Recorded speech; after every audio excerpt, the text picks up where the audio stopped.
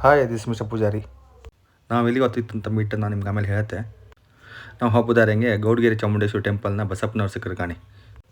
ನಾನು ಈ ಟೆಂಪಲ್ ಹೋಗ್ಬೇಕಂದ್ಬಿಟ್ಟು ತುಂಬ ದಿವಸದಿಂದ ವೆಯ್ಟ್ ಮಾಡ್ತೆ, ಆದ್ರೆ ಹೋಗ್ಕಾಯಿಲ್ಲ. ಇವ್ರ ಗಾಡಿ ನೀವು ಸೈಡಿಗೆ ಹಾಕಿದ್ದೀರಾ, ಇದನ್ನ ಆ ಗಾಡಿ ಕಂಡ್ಕೊಂಡು ಸೀದಾ ಬಂದು ಲೈಕ್ ಮಾಡಿ ಆಶೀರ್ವಾದ ಅಂತ ಕಾಣಿ.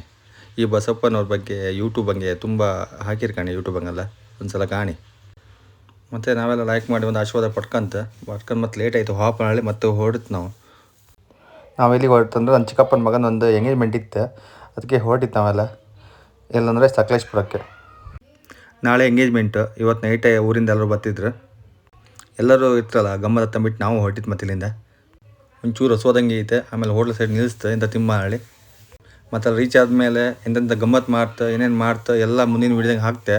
ಅಷ್ಟು ತನಕ ಎಲ್ಲರೂ ಸಪೋರ್ಟ್ ಮಾಡಿ, ಲೈಕ್ ಮಾಡಿ, ಫಾಲೋ ಮಾಡಿ ಅಕ್ಕ.